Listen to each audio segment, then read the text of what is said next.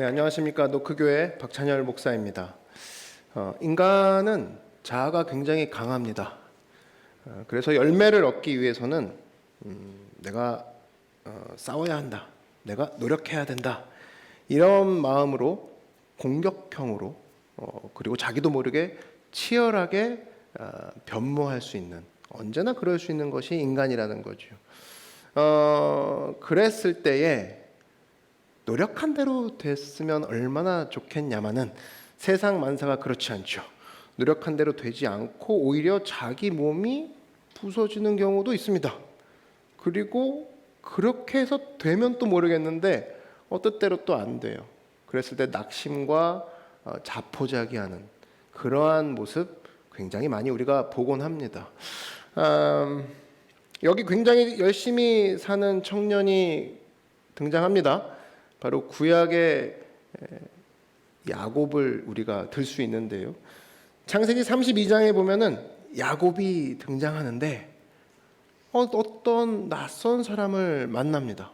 그리고 그 낯선 사람과 씨름을 하죠. 야곱 그러면 굉장히 열심히 산 사람입니다. 그 사람 천사와 씨름할 때도 보십시오. 굉장히 열심히 싸웁니다. 그러다가 하나님이 환도뼈를 내리치죠. 그리고 상황이 바뀌었습니다. 야곱의 태도가 바뀌었습니다. 어떻게 됐냐? 환도뼈가 부러졌으니까 이젠 더 이상 씨름으로는 할 수 없는 거잖아요. 그가 씨름을 포기하고 하나님의 품에 안겨버립니다. 그리고 어떤 일이 벌어졌습니까? 씨름할 때는 받지 못했던 복을 하나님 품에 안겨서 그의 복을 구하자 복을 받게 되었다는 거죠. 여러분, 우리도 마찬가지입니다. 아이를 한번 보십시오. 아이들 제일 먼저 배우는 게 씨름이 아니죠. 그죠? 제일 먼저 배우는 것이 품에 안기는 것부터 배웁니다. 엄마 품에 안겨보고 아빠 품에 안겨봅니다. 그리고 난 후에 씨름하는 곳으로 나가게 되는 겁니다. 제일 먼저 하는 거 품에 안기는 거라는 거죠. 예수님이 이 순서 그대로를 얘기하신 장면이 마태복음 11장 28절에 나옵니다. 수고하고 무거운 짐진자들아, 씨름하고 있는 자들아, 다 내게로 오라. 씨름 내려놓고 품에 안기는 것부터 배워라, 그 소리죠. 지금 씨름하고 있느냐? 내려놓고 품에 안기는 것부터 배워라. 예수님이 정확히 그 순서로 우리에게 말씀하십니다. 여러분, 그러할 때에 우리가 많은 사람들이 두려워하는 것을 보게 되죠. 저 사람 왜 두려워할까? 그 뿌리를 내려가 보면요, 하나님과 친밀하지 않음이 그를 계속적으로 두렵게 합니다. 여러분, 두려움은 특성이 있어요. 두려움은 싸우면 싸울수록 커지는 것이 두려움입니다. 사라지지 않아요. 예를 들어 이런 겁니다. 어렸을 적에 동네에 불량배가 있다고 칩시다. 나를 늘 괴롭혀요. 돈도 뺏고 너무 못살게 굴어서 얘를 어떻게 할까 하는데 마침 나랑 그렇게 차이는 안 나.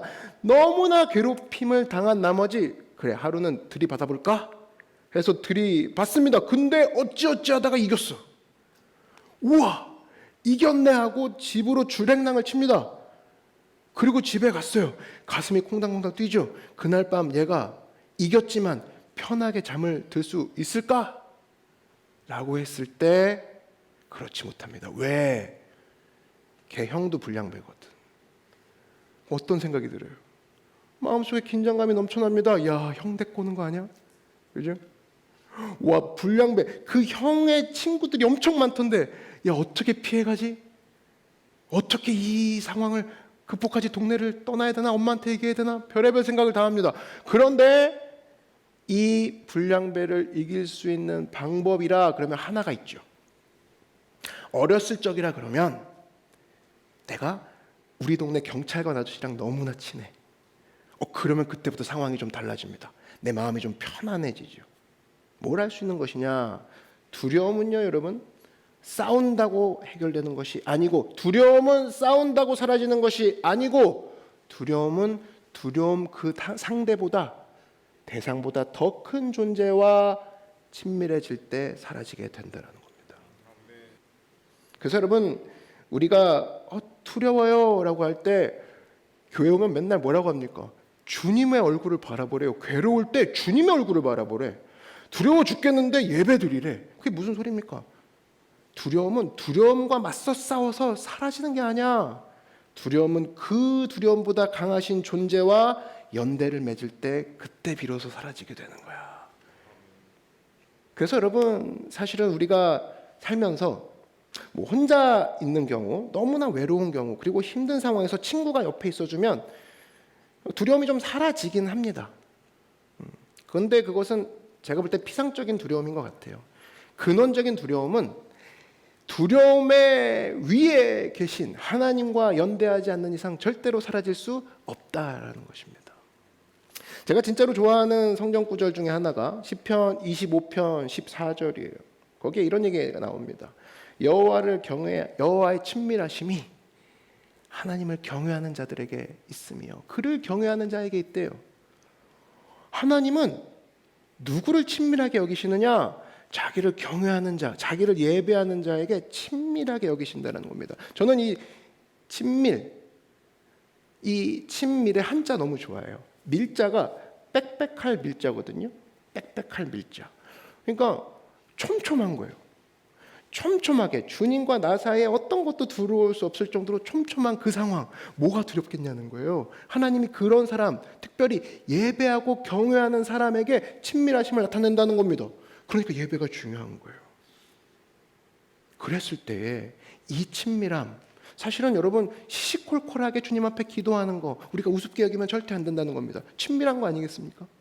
작은 일도 주님 앞에 맡겨드리는 거. 와, 내가 이 나이 먹도록 이것까지 얘기해야 되나? 그게 바로 친밀하다는 증거예요. 그랬을 때 나의 두려움 사라지게 된다는 겁니다. 이러한 친밀함은 사실은요, 세상에서도 친밀함, 이 쉼 굉장히 잘 적용되는 것을 우리가 곳곳에서 발견할 수가 있습니다. 예를 들어 이런 거죠. 부모와 아이 언제 제일 친밀해지냐라고 했을 때 아이가 유치원 갔다 와서 또 밖에 있었던 직장에서 있었던 일 엄마한테 다 얘기합니다. 시시콜콜. 그럴 때 친밀감을 느끼죠. 정서적인 하나됨을 느낍니다. 이것뿐이 아닙니다. 여러분, 친밀함 그러면 사실은 곳곳에서 우리가 발견할 수 있는 것이 얼마나 많겠어요. 친밀했을 때 사실은 목회도 마찬가지죠. 하나님과 친밀한 교회가, 하나님과 친밀한 목사가 있을 때 그때 그 교회는 건강하게 성장이 되는 거예요. 그러니까 여러분 보십시오. 친밀감 그리고 그 안에서 쉴 수 있는 것은 어디를 적용해도 분명한 기능을 하고 있다라는 겁니다. 그래서 저는 그래요. 우리 교회에 성도님들이 오셔서 처음 오셔가지고 열정이 너무 강하셔가지고 목사님 제가 무엇을 할 수 있을까요? 시켜주십시오라고 했을 때 제가 하는 말은 일단 예배를 누리십시오. 일단 예배 속에서 푹 쉬십시오. 예배를 즐기시기 바랍니다. 이렇게 얘기를 해요. 왜? 쉼보다 중요한 것은 없기 때문이라는 겁니다. 친밀함보다 중요한 것은 없기 때문이라는 거예요. 지금 우리 상황에서 여러분 하나님께서 분명히 말씀하시는 부분이 있을 겁니다. 씨름을 내려놓고 하나님 앞에 나아가 예수님 품에 안기는 것이 먼저구나. 친밀한 하나님 앞에 서기 원합니다. 이러한 축복을 누리는 여러분들에게 축원합니다. 자, 그렇게 쉬고 났더니 그렇게 예수님 품에 만끽을 했더니 그 다음에 마태복음 11장 28절 다음에 29절이 바로 예수님이 나에게 와서 배우고 나의 멍에를 지라. 쉬운 말로 이제 내 일을 시키마. 이제 내가 일을 줄게. 여러분이 그렇게 기도하는 이제 너에게 사명을 주마가 다음 문장의 전개가 되는 거예요. 예수님의 품에 안긴 사람에게만 예수님이 일을 주신다는 겁니다. 우리가 뺏어올 수 있는 부분이 아니라는 거예요. 요한복음 21장에 보면 부활하신 예수님과 베드로가 만나는 장면이 나옵니다. 거기서 대화, 우리는 너무나 잘 알고 있죠. 예수님이 묻습니다. 네가 나를 사랑하느냐? 베드로가 대답하죠. 내가 주님을 사랑하는 줄 압니다. 주님이 아실 겁니다. 또 묻습니다. 네가 나를 사랑하느냐? 또 베드로가 대답하죠. 또 예수님이 묻습니다. 네가 나를 사랑하느냐? 네, 주님이 압니다. 왜 3번이나 물었을까요? 그리고 나서 예수님이 하신 행동을 보면 우리가 알 수 있습니다. 예수님이 그 3번의 질문에 답한 베드로를 확인하신 후에 무엇을 하셨어요? 그 다음에 비로소 내 양을 먹이라. 일을 시키시죠. 그 다음에 사명이 전달이 됩니다. 왜? 네가 내 일을 하는 데 있어서 필요 충분 조건이 하나 있다. 나와 친밀해지는 거, 네가 나를 사랑하는 거, 그것이 필요 충분 조건인데 그것이 성립한다라면 내가 너에게 일을 주마. 순서가 그렇다라는 거예요. 그런데 우리 현대 크리스찬들은 이 순서를 가볍게 뛰어넘는 경우가 굉장히 많습니다. 네가 나를 사랑하느냐 주님이 묻습니다. 네가 나를 사랑하느냐라고 물었을 때 대답을 안 하고 주님 오히려 되묻습니다. 주님 이 일 할까요 진짜? 언제까지 진짜? 이 일 먼저 해, 일 먼저 해요. 어떻게 해드릴까요? 어떻게 해드리면 될까요? 아니 질문 1번 끝나지도 않았는데 2번 3번 질문을 오히려 일에 관한 질문을 주님께 오피셜하게 던집니다. 그럼 이거는 방금 우리가 지금까지 살펴본 그 논리에 의하면 이 사람은 지쳐도 이상하지 않아요. 왜? 친밀함이라는 쉼이 먼저고 그 다음이 일이 그 다음인데 일부터 자기가 막 자처해서 하겠대요. 열정이 너무 터져 나오는 나머지. 그럼 이 사람은 지칠 수밖에 없고 봉사자가 낙심하고 봉사자가 번아웃되는 이유는 바로 이거라는 겁니다. 빽빽할 밀, 주님과 친밀하지 않는 상태에서 일을 열심히 하는 거예요. 열심히 일하는 사람들의 모습을 보면서 우리가 착각하는 경우가 있습니다. 야, 저 사람 열심히 하니까 나도 저렇게 열심히 하면 주님께 인정받겠지. 저 사람이 열심히 하는데 내가 봐도 내 스펙, 내 캐퍼시티로는 저 사람보다 더 봉사 열심히 할 수 있어. 그럼 나도 할 수 있을 거야 라고 덤벼들지만 우리는 그 사람이 그렇게 열심히 하는 봉사의 현장 뒤에서 예수님과 얼마나 친밀하게 지내는지는 못 보거든요. 그것을 간과하고 덤벼들었다가는 우리는 쉽게 낙심할 수밖에 없다라는 겁니다. 그래서 여러분 항상입니다. 예수님은 우리에게 일을 주시기 전에 사명을 허락하기 전에 나와 함께 이 자리에 앉아 있을 수 없겠니? 나와 빽빽해질 수 없겠니? 이 얘기를 항상 하신다라는 거예요.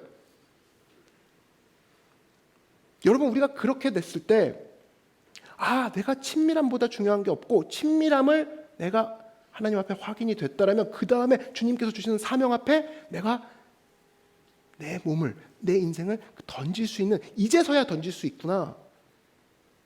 이 순서를 기억하시기 바랍니다. 하나님 앞에 인정받으려고 합니다. 그분이 나에게 십자가에서 부어주신 사랑 앞에 뛰어들 생각을 안 하고 뭘 해서 인정받으려고 한다는 거예요.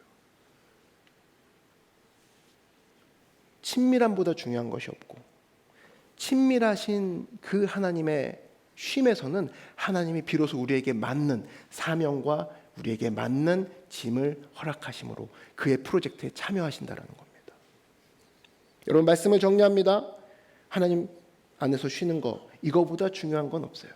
그리고 쉬는 자에게 하나님 품에 예수님 품에 안길 줄 아는 자에게 비로소 예수님의 짐을 주는데 예수님이 뭐라고 하시냐면 그 짐이 가볍대요. 여러분 이거 잘 이해 안 되셨죠? 야 짐이 그냥 사람이 짐을 줘도 무거워 죽겠는데 예수님이 무려 짐을 준다고? 그리고 쉬러 왔는데 무슨 짐이야 이런 생각 들지 않으셨습니까? 근데 여러분 보세요. 예수님이 주시는 짐이 왜 가볍냐 이게 무슨 뜻이냐면은 사명이 내게 맞는 사명이 주어졌을 때 사람이 그때야말로 제일 편안함을 느낍니다. 저는 설교하는 사람이잖아요. 그럼 저는 언제 제일 편하냐면 설교할 때가 제일 편해요. 설교하는 자리에서 앉아있을 때가 오히려 불편하죠. 왜 난 설교 안 시키나 부터 시작해서 난 언제 설교하지. 근데 설교할 때가 제일 편하다니까 지금이 저는 제일 편해요. 저 혼자 떠들고 여러분 듣고만 있잖아요. 이때가 제일 신나고 편하다고. 싱어는 언제 편할까요? 싱어는 노래할 때가 편하지. 노래할 때가. 연주자는 언제 편합니까? 연주할 때가 편한 거예요. 남들은 그걸 보고 아이고 수고하십니다 그러지만 그 사람은 그때가 제일 편한 거예요. 그때가 제일 기쁜 거라고. 왜? 하나님이 주신 사명이니까. 믿으십니까? 그러니까 가벼운 거예요. 그러니까 걸어갈 수 있는 거라고. 오늘 이 자리에 씨름하다 오신 분들 있습니까? 제가 이렇게 슬쩍 보니까 씨름 선수들은 한 분도 안 계시네요. 씨름하실 만한 체격이 없으세요. 삿바도 다 엉클어져 있고 다리도 멍들어 있고. 씨름하는 걸 포기하십시오. 하나님 앞에서 더 이상 씨름 실력을 키우겠다 이런 걸 포기하고 하나님은 어떤 분이시냐. 우리가 씨름할 대상이 아니라 그분은 우리가 안겨야 될 대상이라는 거예요. 예수님은 우리가 씨름할 대상이 아닙니다. 예수님은 우리가 품에 안겨야 될 대상이라는 거예요. 그럴 때 오늘 우리가 했던 씨름을 모두를 내려놓고 주님 품에 안김으로 말미암아 세상과 다르게 그리고 그들을 생명으로 이끄는 피난처 되신 예수님을 향해 이끌어 나아가는 진정한 쉼과 사명을 누리는 여러분 되기를 주의 이름으로 축원합니다.